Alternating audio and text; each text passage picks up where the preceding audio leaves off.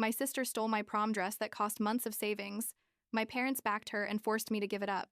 But when my grandma found out, Sophie ended up in jail, and my parents lost everything they never saw coming. I'm 17 years old. I'm in my senior year of high school. And honestly, I need to tell this story because for a long time I thought it was normal. That maybe I was the problem. You know? But now that I'm living with my grandmother and I can see things from the outside, I realize how messed up everything was. And I guess I should start by telling you that I have an older sister, Sophie, who's 19. And basically she's been the family's perfect princess for as long as I can remember while I've been, I don't know how to say it, like everyone's emotional punching bag, the one who's always wrong, the one who always causes problems, even though I literally don't do anything. I don't remember exactly when all this started, to be honest, but I do remember that when I was like 8 or 9 years old, it was already obvious that Sophie could do whatever she wanted and nothing ever happened. While I could breathe incorrectly and my parents would yell at me. And look, I'm not exaggerating, seriously, there were times when Sophie would literally hit me, leave bruises on my arms or pull my hair until I cried. And when I ran to my parents, they would tell me to stop being so dramatic, that it was just sister stuff, that I probably had done something to provoke her. But if I talked back to Sophie, or if I accidentally broke something of hers, then it was the end of the world. They'd ground me for weeks, take away my phone, not let me go out with my friends, basically treat me like I was a delinquent. My parents are both 40, and I've always thought they're old enough to know better, you know what I mean? They're not some 20-year-olds who don't know how to be parents, but still they acted like Sophie was an angel fallen from heaven and I was some kind of burden they had to put up with. Sophie always had the best of everything. Designer clothes, the newest iPhone every year, her own car, when she turned 16, brand new Honda Accord, literally from the dealership, piano lessons, French lessons, whatever she wanted. I had to work since I was 15 at a coffee shop to be able to buy my own things because my parents always said there was no money for me, that they already gave me a roof and food and I should be grateful. And the craziest thing is they made good money. My dad works in finance and my mom is a manager at a marketing company. So it's not like we were poor or anything like that. The thing is, I learned to make myself small, to not ask for anything, to settle for whatever. I wore the clothes Sophie didn't want anymore, which were almost always stained or torn. I ate dinner leftovers while Sophie ordered takeout if she didn't like what was there. I did all the household chores while she stayed in her room playing video games or going out with her friends. And my parents didn't just allow all this. They actively reinforced it. Like if I complained, they'd tell me I was ungrateful, that Sophie deserved certain things because she was special, because she had anxiety, which conveniently only appeared when she had to do something she didn't want to do, because she was more sensitive than me. But anyway, the straw that broke the camel's back, the moment that literally changed my whole life, was like 8 months ago, right before my senior prom. I had been saving for months, working extra shifts at the coffee shop on weekends, skipping meals so I could save more money, because I wanted to buy myself a nice dress for prom. Not something super expensive or anything, but something that was mine, something I had chosen, something that would make me feel pretty for one night, you know? So I found this perfect dress at a store. It was navy blue with some subtle sparkle. It looked amazing on me. And it cost like $200, which for me was a lot, but I paid for it with my own money. And I was so excited. Prom day came and I was in my room getting ready. I already had the dress on.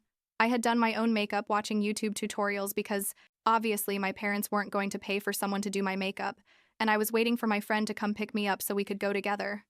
Then Sophie came into my room, saw my dress, and her eyes literally lit up in a way that scared me, and she said, "That dress is perfect.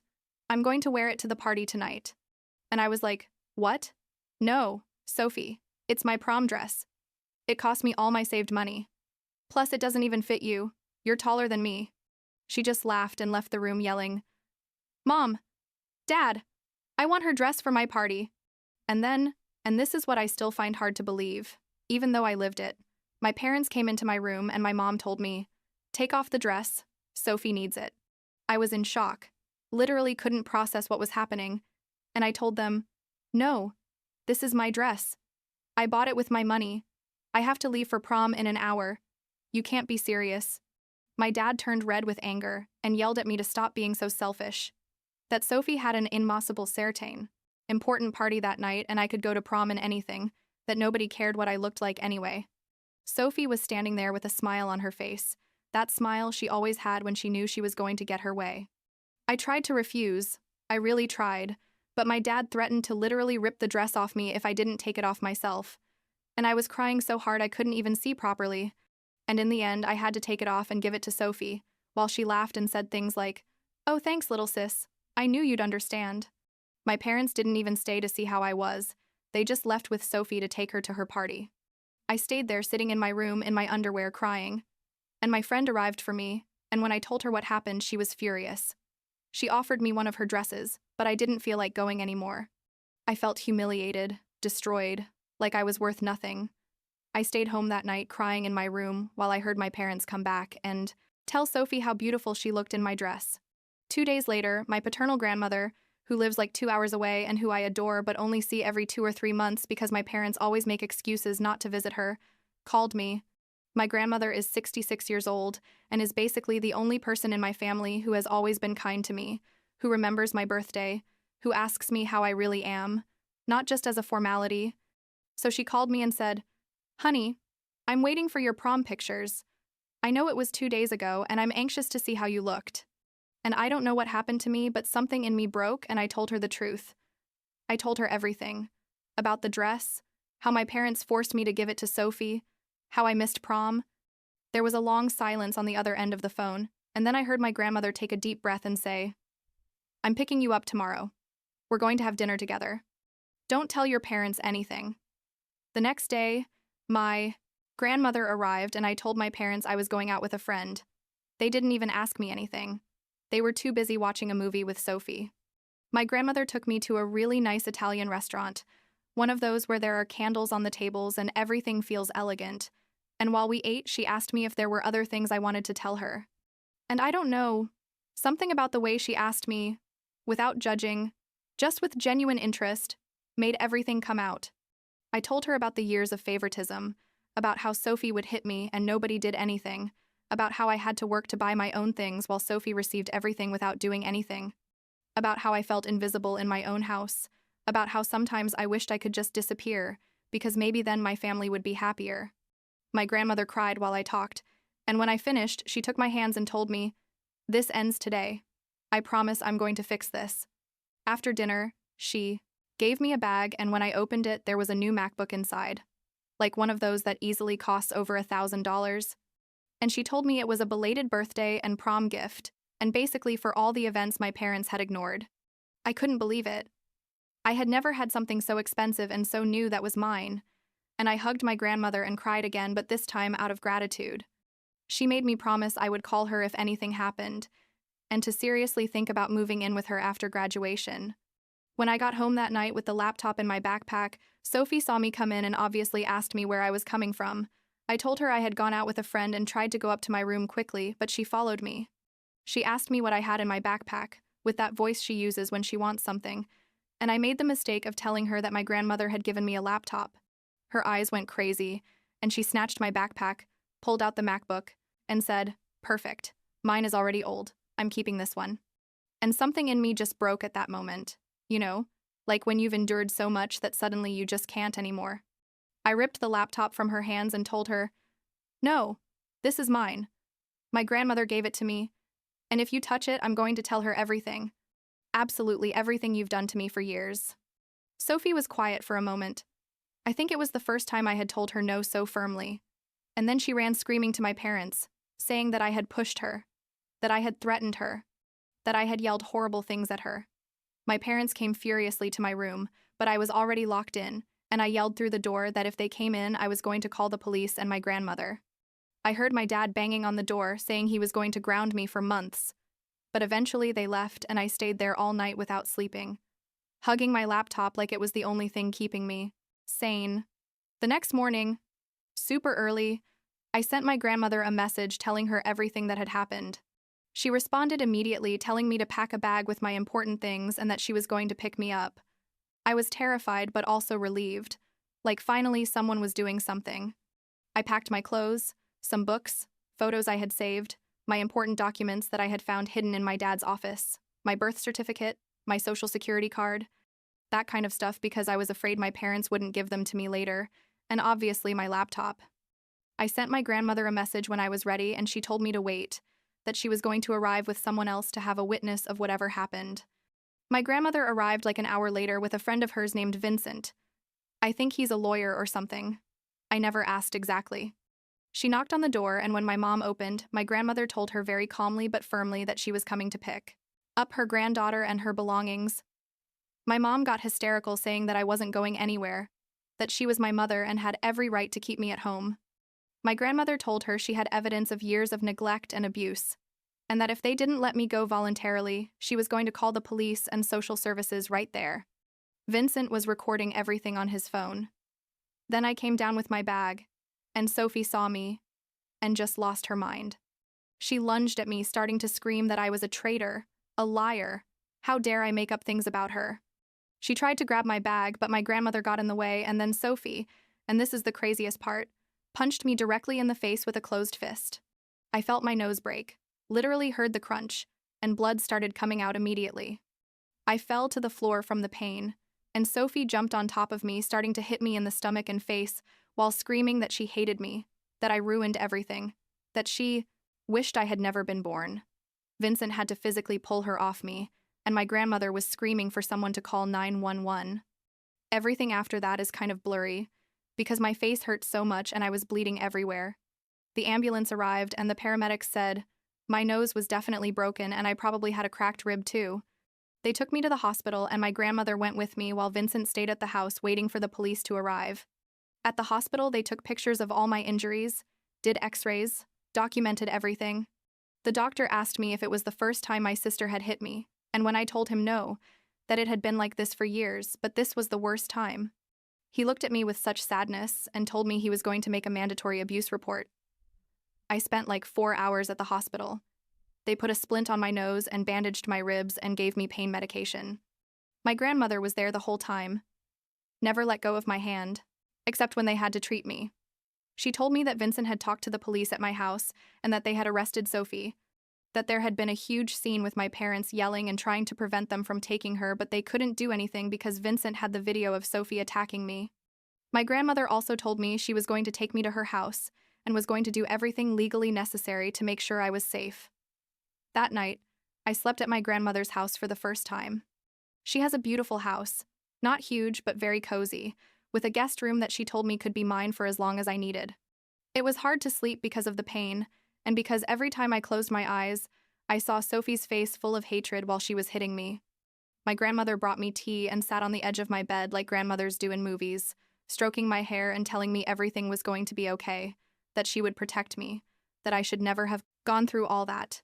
The next day, Vincent came to the house and explained that we were going to file formal charges against Sophie for assault and also against my parents for child neglect. He asked me if I was willing to testify and tell my story to the authorities, and I told him yes, that I was ready for the truth to come out. We went to the police station and I gave my statement. I told them about years of abuse. I showed them old photos where you could see bruises Sophie had left me before. I gave them the names of friends of mine who knew what was happening, basically gave them all the information I could. The officers were very kind to me, especially a woman who was called, or is called, I don't remember her name now, but she was a detective for minor cases and told me she was going to do everything possible to help me. Sophie got out on bail like 2 days later. My parents obviously paid to get her out, and the first thing my mom did was call me screaming that I had destroyed our family, that because of me, Sophie now had a record, that I was selfish and only thought about myself. I hung up on her and blocked her number. My dad also tried to call me, leaving voicemails where he sounded calmer, but basically said the same thing, that I had exaggerated everything, that Sophie was just upset and didn't know how to control her emotions, that if I dropped the charges, everything could go back to normal. As if I wanted to go back to that normal. You know? As if normal was a place where I was worth less than nothing. But then something interesting happened. Apparently, my grandmother called several family members, aunts and uncles and cousins I hardly ever saw because my parents always said they were busy when there were family gatherings, and told them what had happened. And it turns out some of them had noticed weird things for years, but never said anything because they thought maybe they were misinterpreting the situation. One of my aunts, my mom's sister, called my parents and yelled at them that they were monsters, How dare they treat their own daughter like that? Other relatives also started taking sides, and basically, my parents realized they were looking like villains to the whole family. So they changed strategy. Like a week after the incident, my mom showed up at my grandmother's house with red eyes like she had been crying, knocking on the door and begging to let her talk to me. My grandmother asked me if I wanted to see her, and I told her no. But my mom started yelling outside that she just wanted to apologize, that she had realized her mistakes. My grandmother opened the door for her, but stayed there present, while my mom gave me this speech about how sorry she was, how she hadn't realized how bad things were, how she wanted to fix our relationship. But I knew her. I could see in her eyes it wasn't genuine, that she was just scared of the legal and social consequences. Vincent explained to me later that my parents had found out my grandmother was considering changing her will to leave them less money because of the neglect toward me, and that had probably motivated their fake apologies. My grandmother is quite well off. She has properties and savings from a lifetime, and my parents had always counted on inheriting a good part of that. But now that my grandmother was furious with them and was documenting years of abuse toward me, obviously they were panicking. It still gave me a bit of satisfaction. I'm not going to lie, knowing there were finally real consequences for them beyond just family shame. The following weeks were a weird mix of starting therapy, which my grandmother insisted I needed, and she was right.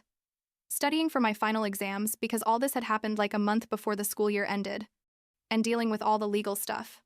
My therapist, a super nice lady named Dr. Chen, helped me understand that none of what happened was my fault, that being the family scapegoat is a real form of abuse, and that it was going to take time to heal from all that. I cried a lot in therapy, releasing years of pain and rage I had kept because I thought I didn't have the right to feel bad.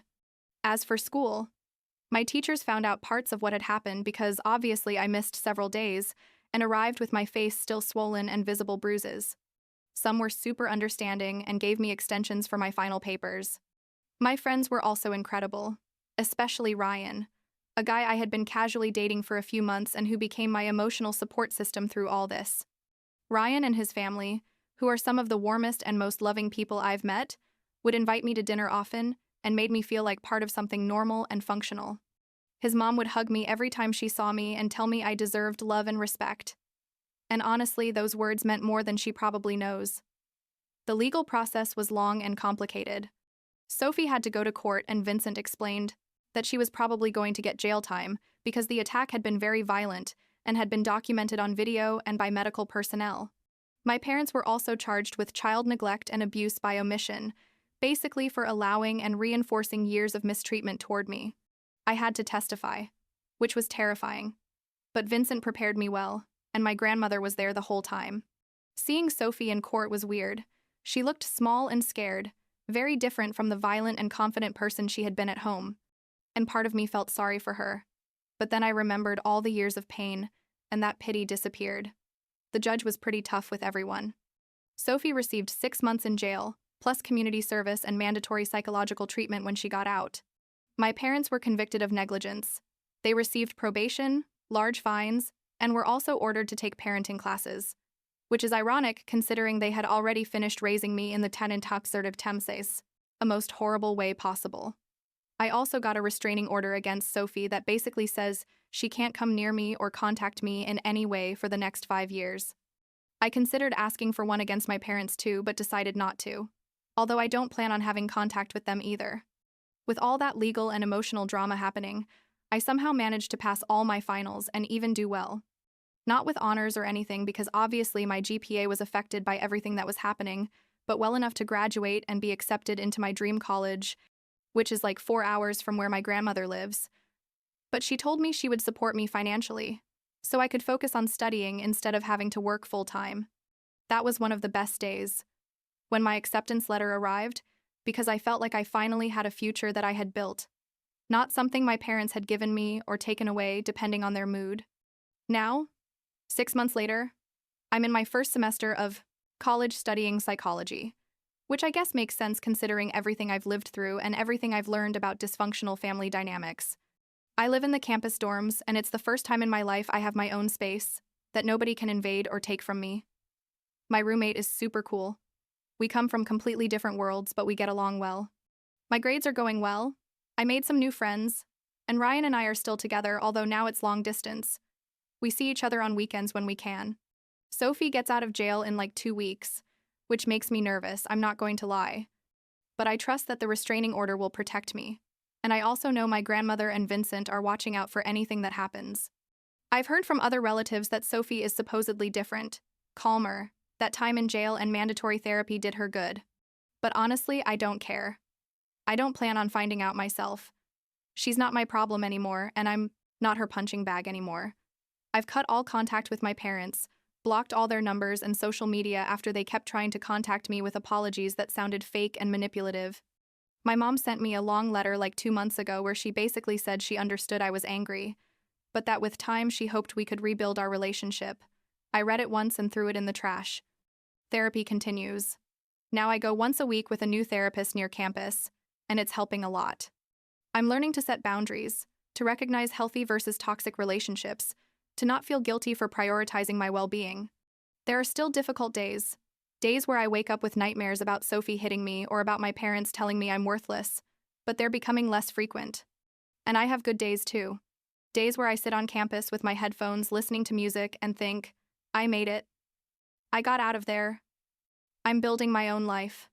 My grandmother is still my favorite person in the world. We talk on the phone like 3 times a week, and I visit her every other weekend when I don't have a lot of exams. She still treats me like I'm the most valuable thing to her. She asks about my classes, about my friends, about Ryan, about how I really feel. She gave me a used car for my birthday last month. Nothing fancy, but it works perfectly and gives me independence to move around.